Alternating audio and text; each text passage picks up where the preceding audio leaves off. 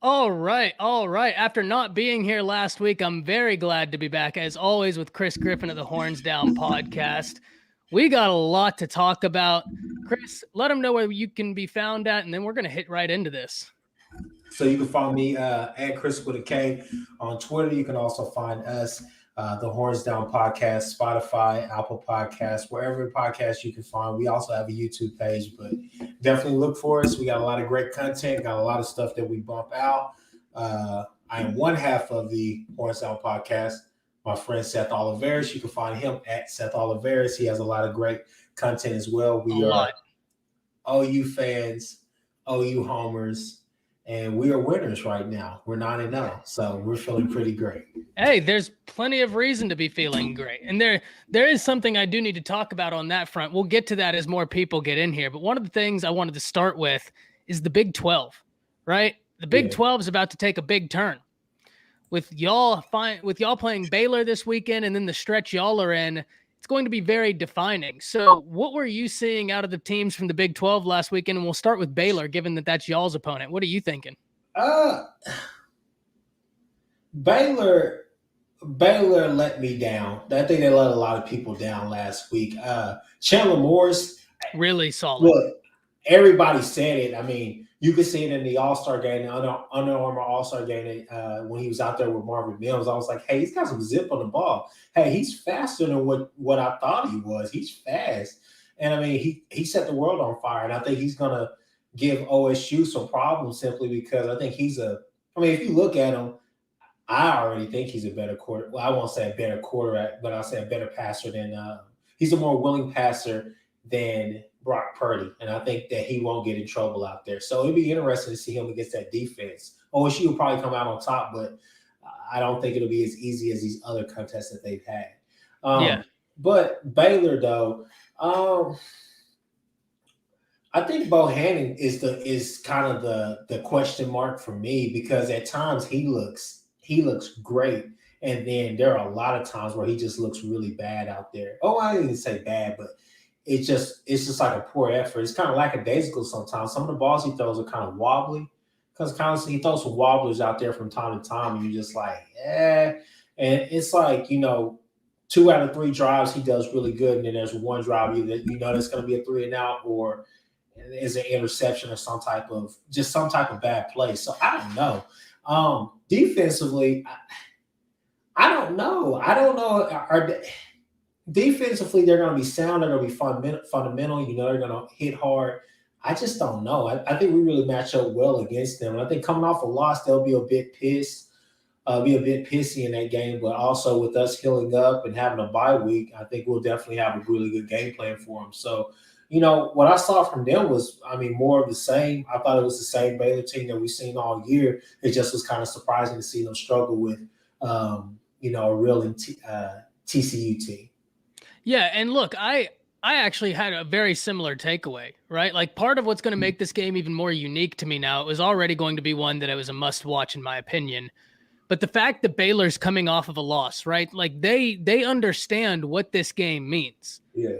Right? Like they know. So you're going to get the best possible version of Baylor. On the other side, Oklahoma's coming off of a bye. And they undoubtedly just watched how my Tide came off of a bye. And they are going to be absolutely determined not to replicate what my Tide just did Saturday against LSU with the definition of a struggle win. We're going to get into that. Mm-hmm. But because of that, I'm actually more intrigued in this game. Right? If Baylor would have won, it would have automatically been a must-see TV, right? We can all agree to that. We can all acknowledge that. But the fact that they lost, I think you're going to get the best version of that team in that game. And look, if you're Oklahoma, that's exactly what you want, right? We're right around the corner from when this college football playoff dilemma is going to be solved. Mm-hmm. And I'm of the mindset that OU, as long as they win out, they're in. Like there's no ands, or buts about it there. It's just one of those things where you're OU, you're going to get everybody's best. It doesn't matter if they've lost 4 games, 5 games, 6 games. You're going to get everybody's best. No, you're Super Bowl. But it is a little bit different when a team has that little extra to play for. Whereas before, Baylor could have afforded a loss to OU and been completely fine in their path to the Big 12 championship. But now it's a must win. Yeah, now this game means complete. So yeah, you're right. And look, I get that, right? As an Alabama fan, almost every time a team comes out against Bama, that's their Super Bowl. So that's 100% legit. But I'm just so interested in that game with how Baylor's been defensively. I think it's going to be great to see how the OU offense continues to evolve against that Aranda defense. I think. See, here's the thing about that Aranda defense. What's up, gents? But yeah, it's pretty interesting to see how they go about it on defense because their blitzes, in past podcasts, past videos, I've always said that Dave Aranda has a really exotic like blitz package, but it's really not. When I started like actually paying more and more attention to details, like he likes to run a lot of cat blitzes, and then he also runs blitzes from the middle. He likes really running from that middle linebacker or kind of slide those players over, and he likes to like either the outside linebackers. He'll use them to blitz as well. So it's not really. I don't know if OU's offensive line comes to play. I don't think that you have that big of a problem with Caleb. Getting the ball out and being able to do what he does best, which is just, right now it seems like it's everything, right? But But I done everything at a high level, no doubt. I think for OU, it's important this week to get off to a fast start. You don't want to get into a game where Baylor thinks that, okay, well, let's just do what everybody else has done. Let's do the blueprint. Let's slow the game down. Let's work it. Every drive is 4 down territory. That's all we're thinking about, 4 down territory, no matter where we're at on the field. Once we get across the 40, it's 4 down territory. So if you're OU, you have to, one, be thinking about the Texas Tech game because you're like, okay, well, yeah, we just came off a great game that we finally played that seemed to be probably, I would say, if not the most complete, then one of the more complete games that they played all year. And then you're in a bye week where you get guys healthy, get guys rested, and now you're going to get a lot of guys back. So, it's going to be an interesting matchup. I still have OU winning by at least 2 touchdowns or more. Okay. But I do think that, Baylor is they're capable. They're capable of coming out there and making this a game early. So it's important for us to, have long drives. If not long drives, then at least score and not score field goals, but score touchdowns and just look effective out there, Yeah, absolutely. One of the things, when we're talking about Oklahoma right now, and the next I want to talk about the whole situation with Texas, their debacle. Yeah. And Jance, we'll get you in here next time, bro. This is going to be a little bit of a short one because I'm dealing with some bronchitis, so I'm not able to talk for long periods of time. So if I get better, we'll get another stream going this week. We'll get you in here, bro, for sure. But one of the things, I made a video yesterday talking about Alabama's loss, or I said loss because it was that close. I made a video talking about Alabama's win against LSU. And I think there were some misconceptions because I had a lot of OU fans saying, well, wait, I thought a win isn't a win because I opened up the video saying a win is a win, but not all wins are created equal. What I'm talking about when I say not all wins are created equal goes to prove a larger point. When we look back, December 5th, when we're talking about teams getting into the college football playoffs, nobody's going to point to that Alabama-LSU game and say that's the reason they should get in. If anything, they're going to point to that game, and more questions are now raised about Alabama and their ability to go forward. Yeah. Right? So that's why I say a win is a win. But how you win matters, right? It's just like this. I have a lot of OU fans saying that, Cincinnati's undefeated, they're undefeated. But they don't think Cincinnati should be in the top 4. Going to prove that, look, who you play, who you win against matters. And so I just kind of needed to clarify that because I don't think I did the best job explaining that in the video that, look, the same logic I've used towards Oklahoma, that absolutely carries over to Alabama. They played incredibly terrible yesterday. That was not a good win. And a lot more questions have came up than answers about the Crimson Tide. Well, you say that about the Crimson Tide, but you also look at Ohio State, who struggled against Nebraska. Oh, absolutely. Yeah. Absolutely. Yeah. Absolutely. It's all linear. Nobody's going to talk about that performance against them. You look at the Joey Galloways of of the world. And you look at some of the other people who have Ohio State as high as number 2 in their mock CFP polls and everything. And you're just like, this is crazy. This team struggled against Minnesota. They struggled against bad teams as well. And they actually have hit the soft part of their schedule, because their schedule is a lot like OU, where even though they've looked dominant against those teams like Maryland, they're now playing the cream of the crop in their division and league, their conference, they're playing the cream of the crop at the back end of their schedule. But you look at them in that Nebraska game, and you're like, I mean, it was the same thing with OU. I don't know what was different, So it's just funny how not only is there so much parity, but it's just the value of a good loss. A quality loss now is outweighs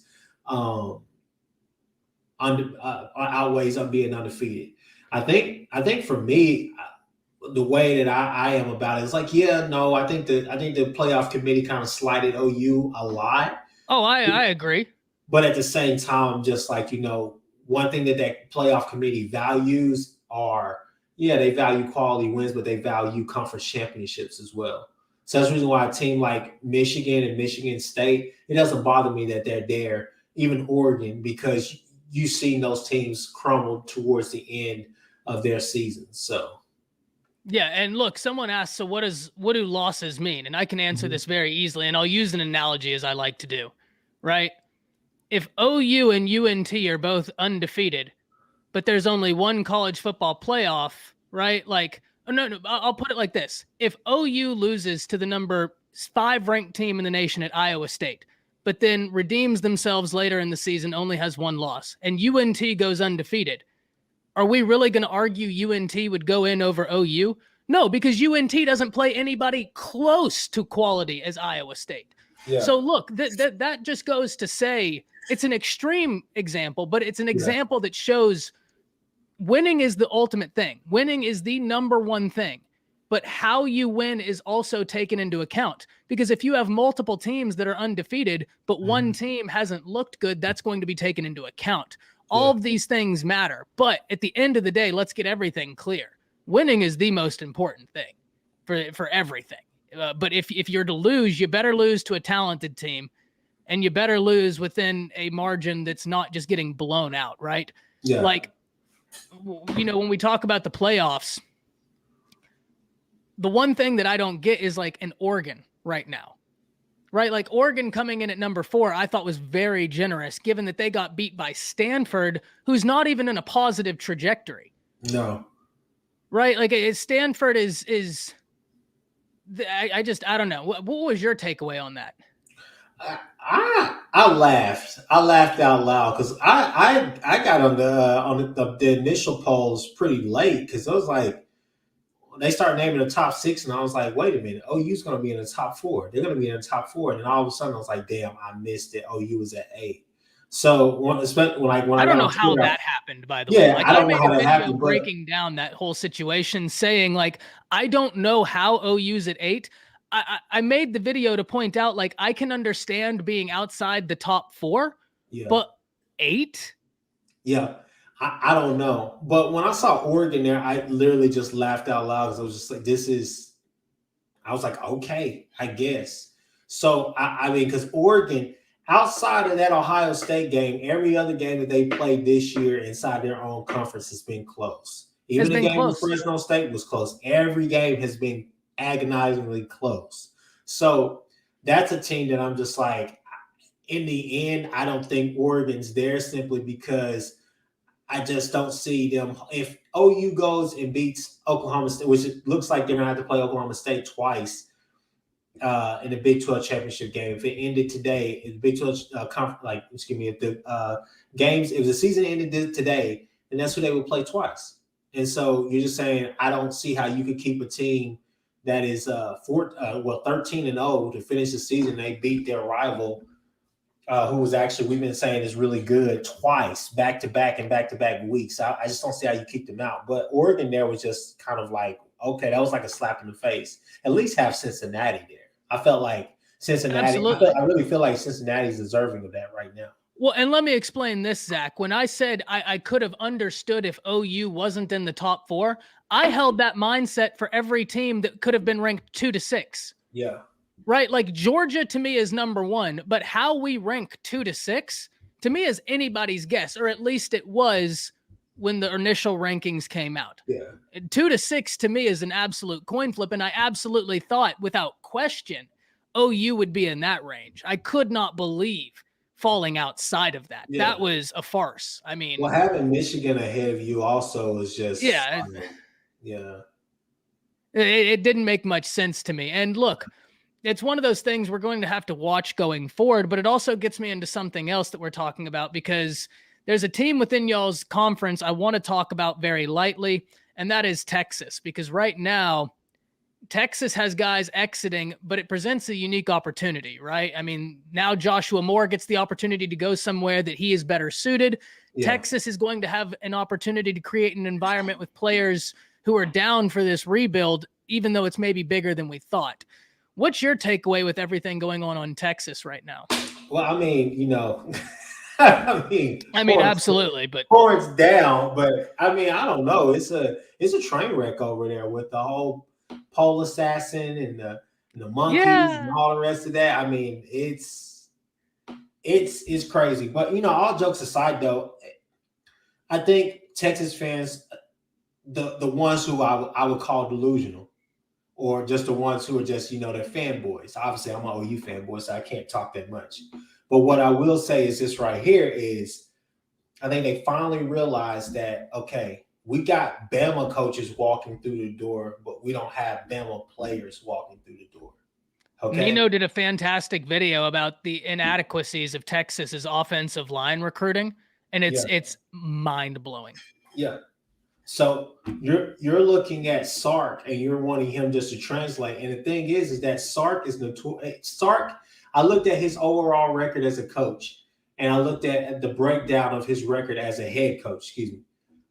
He has not won over 9 games in his entire career as a head coach. Brilliant offensive mind, but being a brilliant offensive mind does not mean you're going to be a brilliant head coach. Yeah.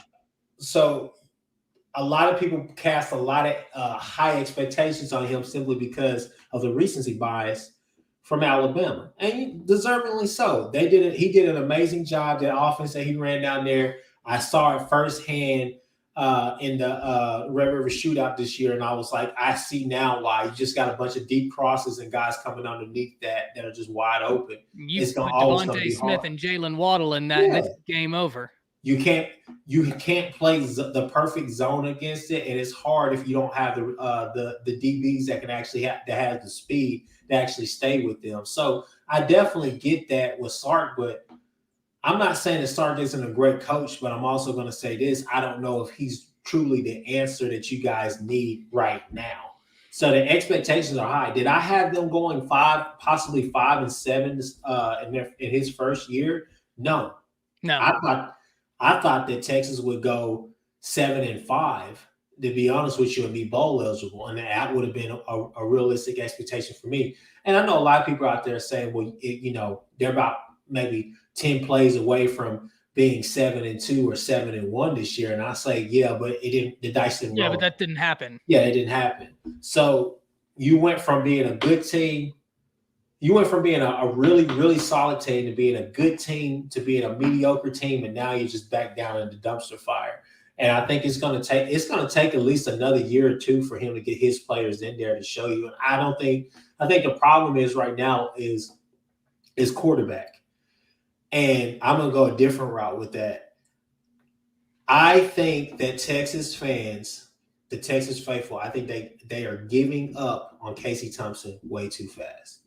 Okay. I'm not a big fan of Hudson Card. I don't think Hudson Card is the answer. I think Casey Thompson is capable, and I think Casey Thompson is your answer. He should have been your answer all along. I just feel like Texas fans are giving up on him. And I don't believe that Malik Murphy coming in is going to cure any of those problems either. Because even though, he's a hell of a prospect with his intangibles, he's still unproven as a quarterback. So, you can go off the 5 stars and all the rest of that, but you look around at Texas and you say, hell, we got a bunch of 5 stars, and they're being outplayed by these 2 and 3 star these teams full of 2 and 3 stars, K-State, O-State, places like that, and you're just like, this just makes no sense. Iowa State. Yeah. And you said it's just not translating. So I don't know what it is, but I feel like it's a culture problem down there. I mean, I think it's a culmination of a lot of things, right? It's the culmination of a lot of things. And KD, I am the beast. He asked earlier if there was any chance, because there's been some rumblings at a possibility, whether it's rumors or not. We all know sports, right? We know rumors circulate, and they may have no base. They may have a base. Who knows? There's been some chatter about maybe Ewers, if he's to enter the transfer portal, him being interested in coming back to Texas. Now, look, if you are Quinn Ewers, you always did love the University of Texas. Steve Sarkisian is there, and they have a need for quarterback. Yeah. So all things that make sense. I think, though, that Texas would need to show some sort of progression on the offensive line in recruiting for that move to be salient, because right now, I just think it's really hard to attract guys such as he with the offensive line you have. So here's the thing about Texas that you have to kind of be worried about. They have Xavier Worthy, who Beast. People are going crazy about right now. Let's say that they get Xavier Worthy, they have Jordan Whittington come back, and then let's say they go and get a 5-star freshman, Evan Stewart. Okay, let's say you get Quinn Ewers to come to Texas. So are you confident that you're going to now go and win 10+ games with a true freshman quarterback, a true sophomore, and now you're going to put everything that you have, all your onus on a true freshman and a true sophomore wide receiver tandem, and you think that you're going to go out there and obviously you still got Bijan, but as we've seen, and hopefully Bijan's okay. I haven't seen any injury reports or any updates about his status, but you look at Bijan and I said, yep, I knew it was going to happen eventually, because I knew he was going to end up getting injured, because he takes nasty hits anyways. But I mean, he's a workhorse for them. He does it all for them.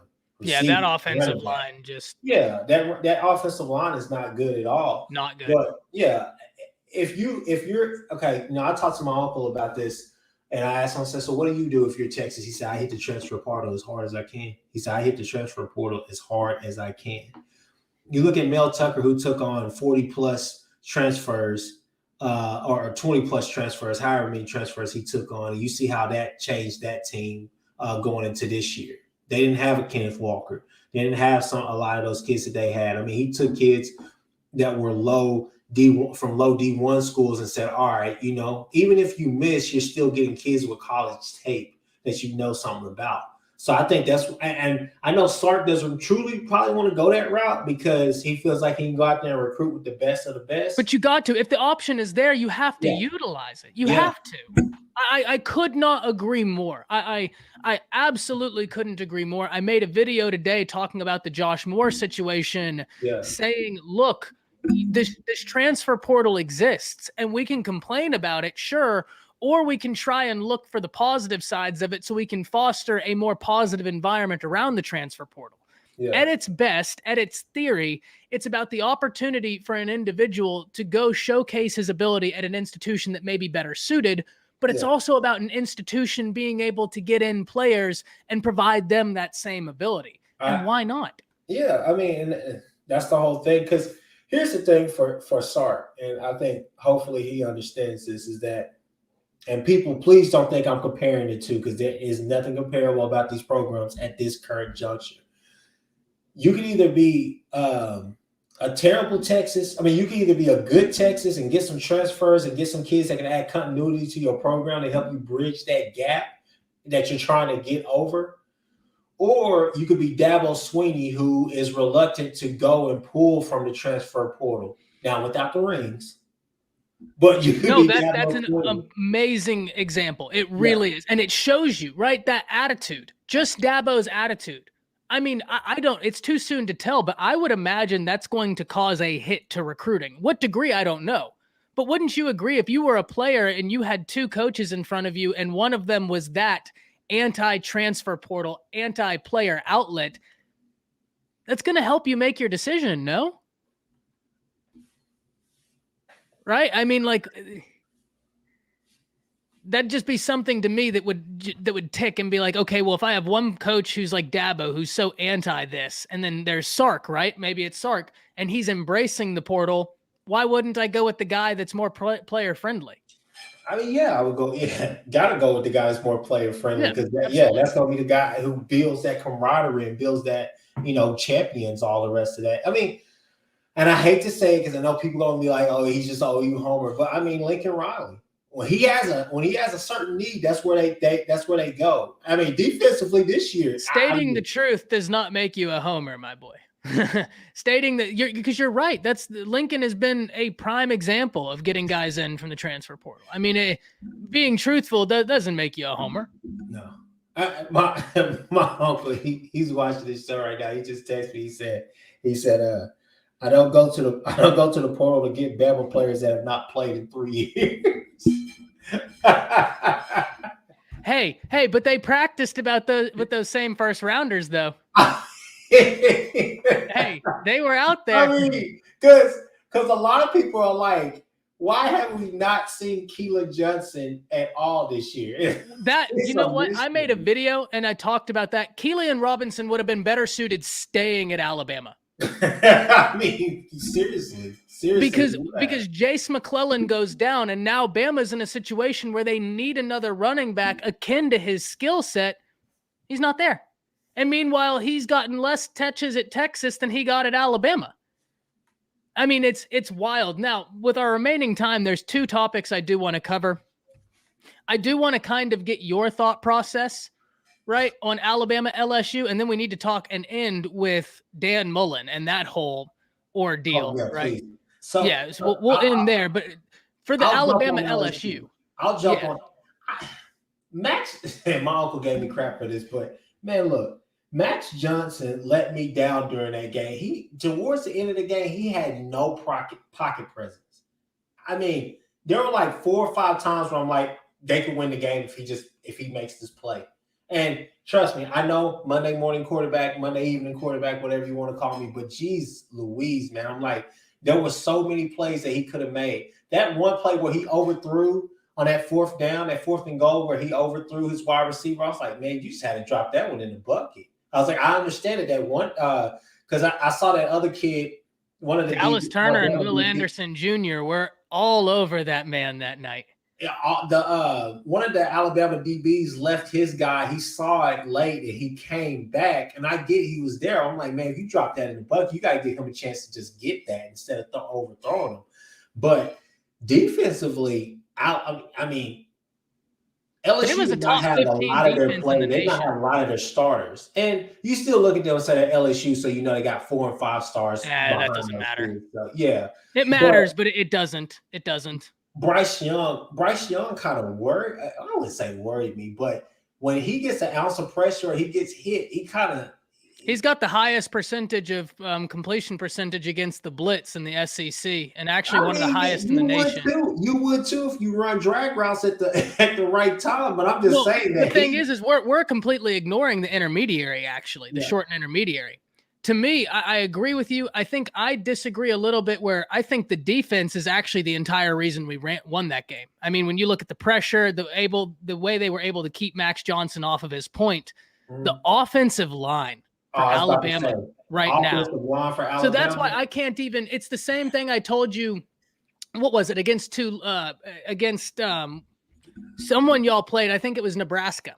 After the Nebraska game, and people were on Spencer, and I was like, hey, this is a product of offensive line in this game, not Spencer. Yeah. That's the same excuse I'm going to use here for Bryce, right?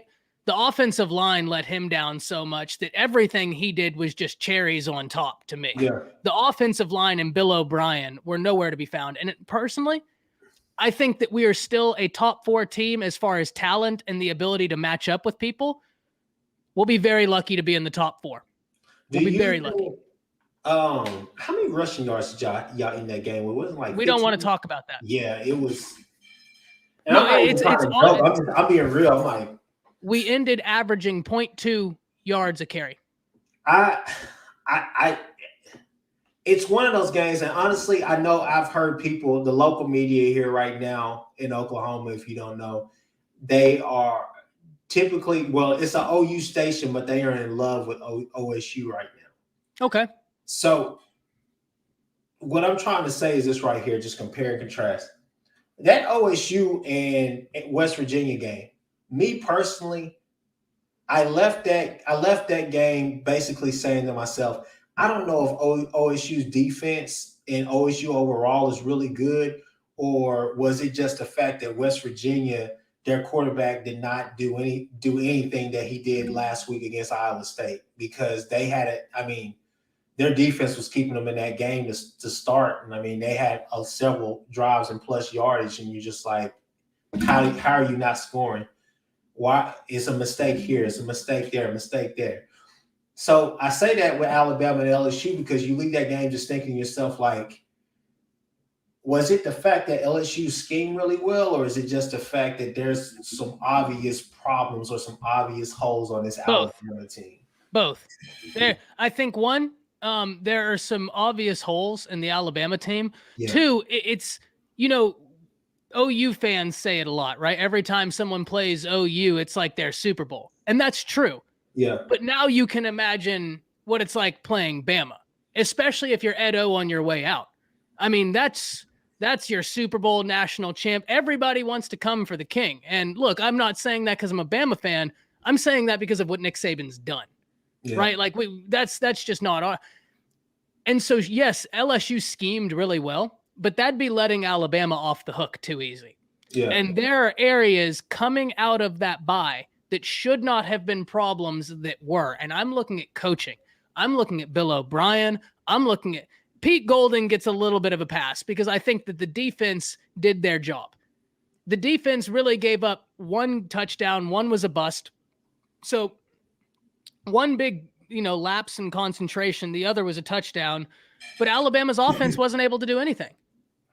And at the end of the day, that to me is the big thing. And so that's why I said I think Alabama will probably come in around number 4 on Tuesday. I think Alabama but every team struggled. Hell, Oregon struggled with Washington. It wasn't like they went out there and just put it on. Yeah, for sure. But look, I still look at like I just look at the field, man. I just what that game told me. I think this team is about number 3 or 4, right? Because at least when they were at number 2, I could point to games against like Ole Miss, right? And even Tennessee. Tennessee's not great, but Tennessee had the number 4 rushing attack in the nation. And Alabama, when we really broke the numbers down by that game, absolutely dominated Tennessee. The scoreboard didn't show that. I grant you that. But the numbers watching the game, Alabama, that wasn't what we saw. You get what I mean? So at least then I could argue, okay, Bama lost, but they're on a trajectory. They have this great win. I can't argue that right now. Yeah. We have a loss, and we're coming off of our worst performance after a bye. LSU, I mean, they just matched up well against you guys, to be honest with you. I mean, regardless of who's out there, they just matched up really well. It's just the fact that, I mean, Max Johnson, like I said, Add in Bryce Young, OU fan. Add in Bryce Young and Jamison Williams, and we're in trouble. Yeah. I mean, just Max Johnson is the one who lost that game for LSU, and I hate to put it all on him, but you just look at that last drive. Those last two, the last 2 drives that they had. You're just like, I just don't get it. Like, I mean, LSU can't get out of their own way. I mean, it's the same thing with Florida. The same thing. Well, no, not the same thing with Florida. What's going on there? Florida is on the same trajectory as Texas. I love that you said that because that's the exact analysis I wanted to bring earlier. That's really funny. That's a perfect segue. This will be the last thing, guys. If you're coming in, I told you we'll try and do a different stream again this week. I'm coming off of bronchitis, so this is about the limit of my ability to keep talking and not be in pain or cough. So we'll end it here.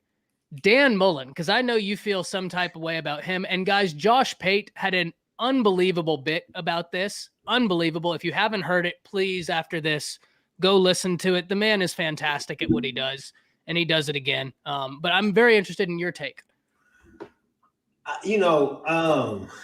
I remember sitting there late that night, and I forgot who was one of the late games I was watching.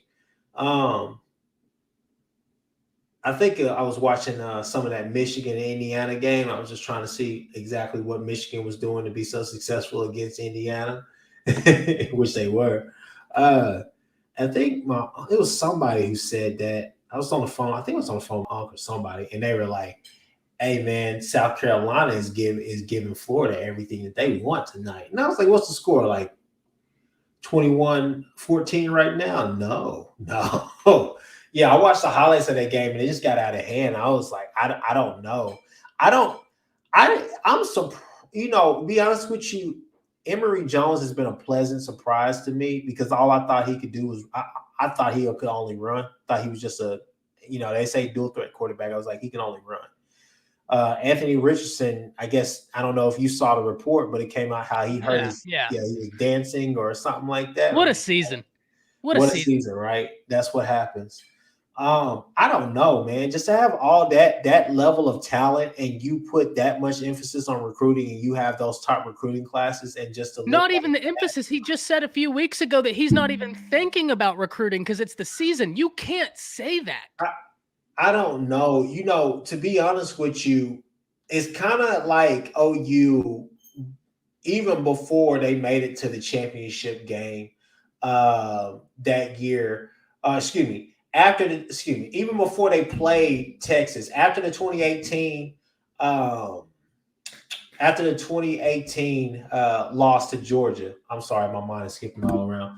But after the 2018 loss to Georgia in that college football playoff game, we should have got rid of Mike Stoops. Mike Stoops should have been gone.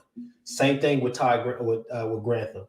I don't know why he was there this year. I don't know why he was there. After that OU game, would have got rid of him. Would have cleaned it out. And to get rid of him, and what other coach did they get rid of? I forget his name, but the interesting thing is the other coach they got rid of has been with Mullen since 2007. Yeah, for 15 years.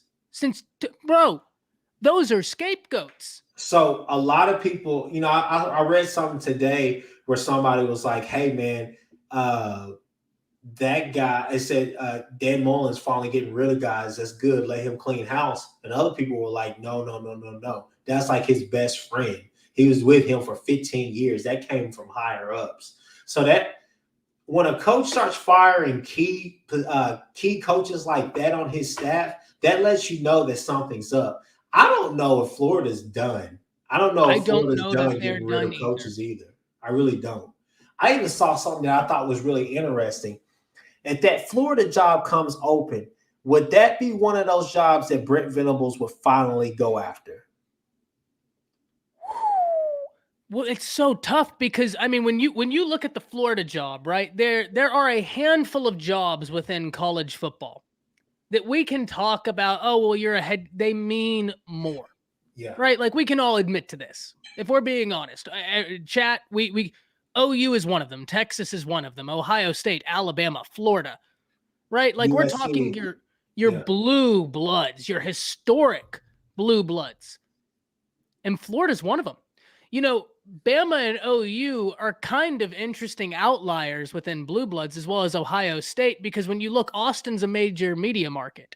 Mm-hmm. Alabama and OU have always done this off of grit. Yeah. Right. Off of determination. Right. They didn't have the Austin. They didn't have the entire state. They didn't have USC being in California. They didn't have, Michigan did much the same, but Florida. I bring all that up to bring to you that Florida has an ability to recruit off of things that you as an OU fan and me as an Alabama fan, we just simply can't recruit off of. Yeah. You want to be on the beach?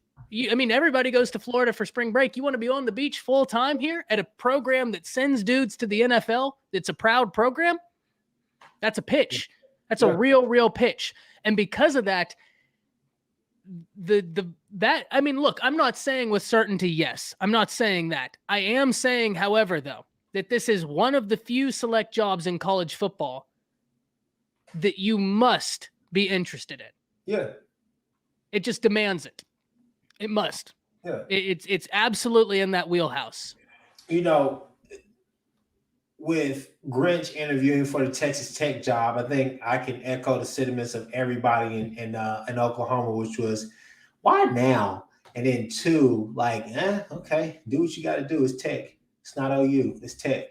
But you hear a job that's serious like Florida, USC, or LSU, teams like that pop up, and you're like, okay, that's different than the Washington States and the Texas Techs of the world. No offense, but let's just be real. Real is real. And I love, me, I love TCU. Yeah. I have so much love for TCU because a lot of me learning the ins and outs of football came from Gary Patterson's scheme with Denzel, like really breaking things down to me in his But even then, TCU, it's not OU, it's not Florida, it's not Alabama, it's not Ohio State, Michigan, USC, the lot.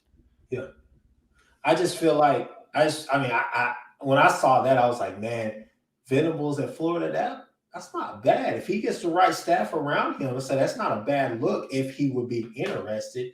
But, obviously they threw out Bob Stoops' name. I'm like, Stoops is not coming back to football to coach. But no, this Florida, like I said, Florida and Texas are on the same trajectory, in my opinion, and they got to clean it up and they got to figure something out. I don't know if getting rid of Dan Mullins is the answer, because I think Dan Mullins is a really good coach. And I think Dan Mullins has did something that you failed in the past with other coaches, and that's actually win. He's actually put them in a position to bridge that gap to get back to where they felt like they were, which is national prominence. So I'm not going to say that he's the old ball coach, but I'm going to say he's probably the best thing you've had since then. Or, excuse me, since Urban Meyer, at least. He's the best thing you've had since Urban Meyer. He's a great offensive mind, right? But it's just like we said with Sark. He has a much deeper history at the head coach position, this, that, and the other. Yeah.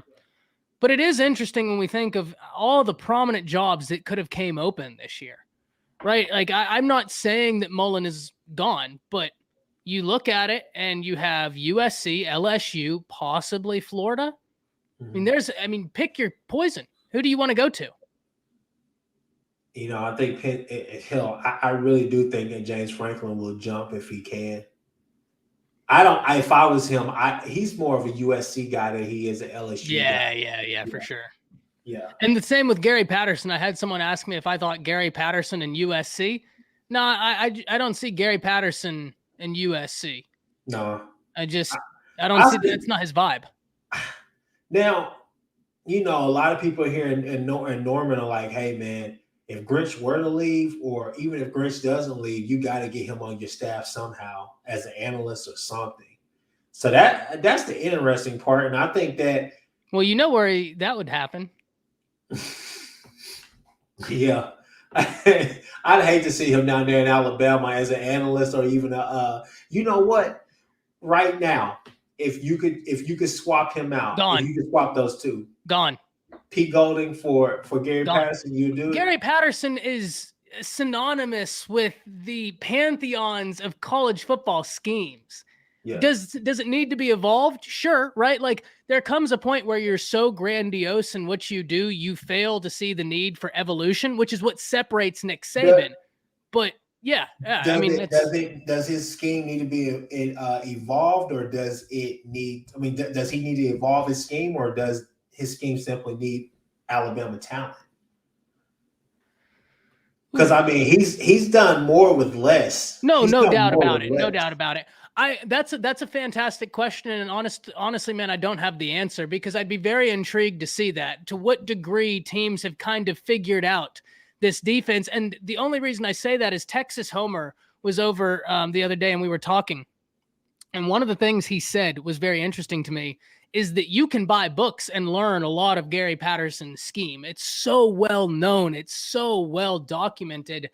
I have to wonder if part of that is causing breakdowns with the failure to change, or if, like you said, if just simply getting in Bama's players would be enough. I don't know. That is a fantastic question. I don't know. When you got a bunch of Will Andersons walking around, we got one Will Anderson walking around. I wish we had a bunch. We got a bunch of great players. I'm not taking away from anybody. Yeah. I'm saying we got one dude who's special on that defense. Otherworldly special, and that's Will Anderson. Yeah. That guy is. I think he should be in the. I'm not saying he should. I think he should be in the conversation for Heisman.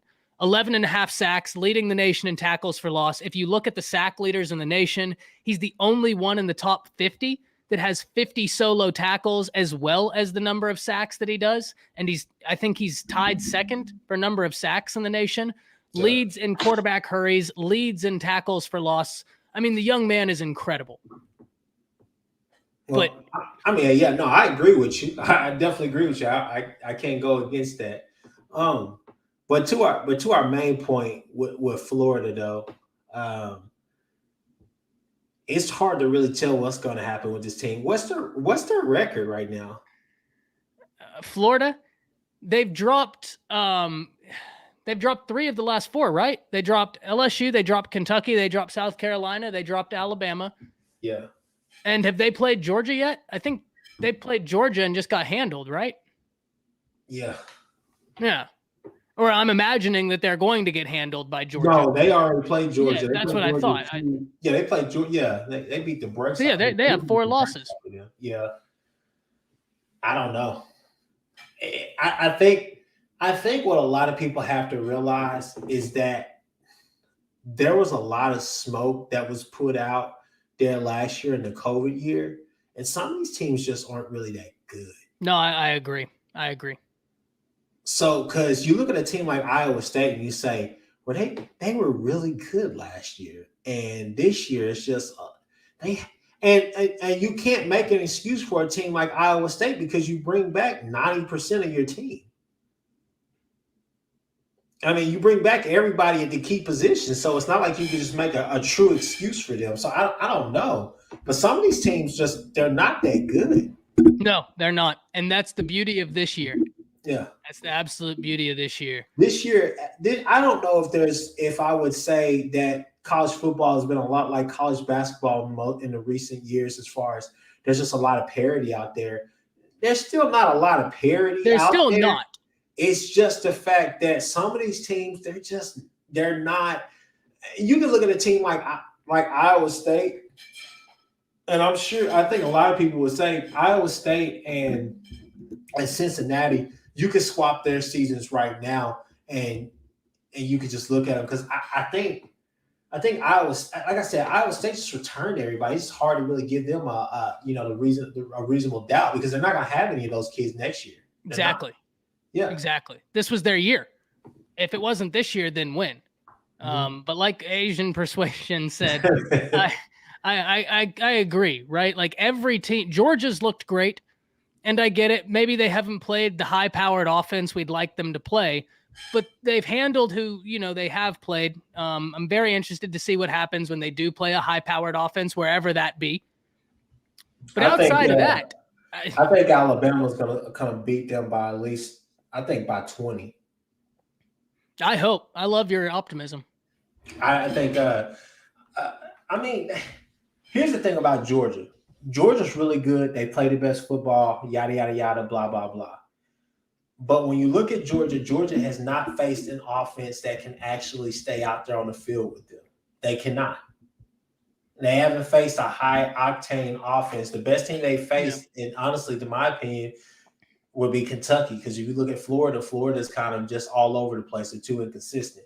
At least with Kentucky, okay, if they're going to suck, they're going to consistently suck out there. But they haven't. They actually been one of the better teams in the SEC. Was it? Oh. Why are you making that face? Because that's absurd. Will Anderson would start on any team in the nation. That's crazy.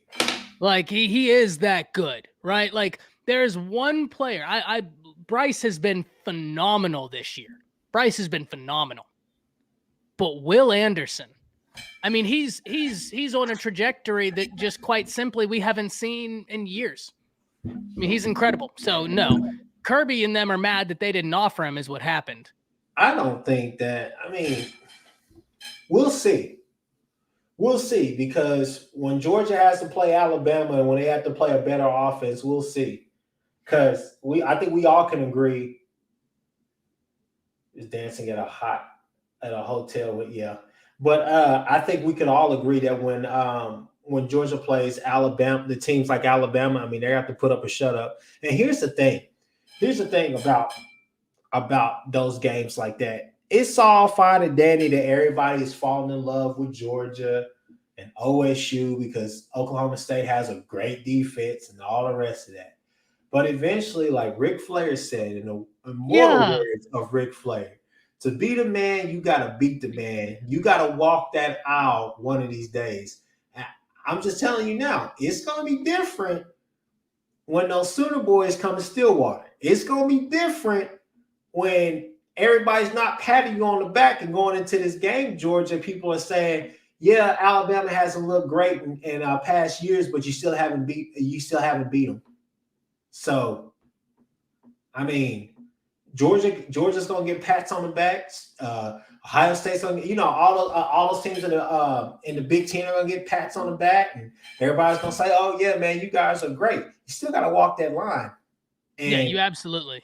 I think it should say something as far as like, hey, Ohio State's won the last how many Big Ten championships, and then you look at the SEC and you say, Alabama's won how many of the last SEC championships in the last 10 years?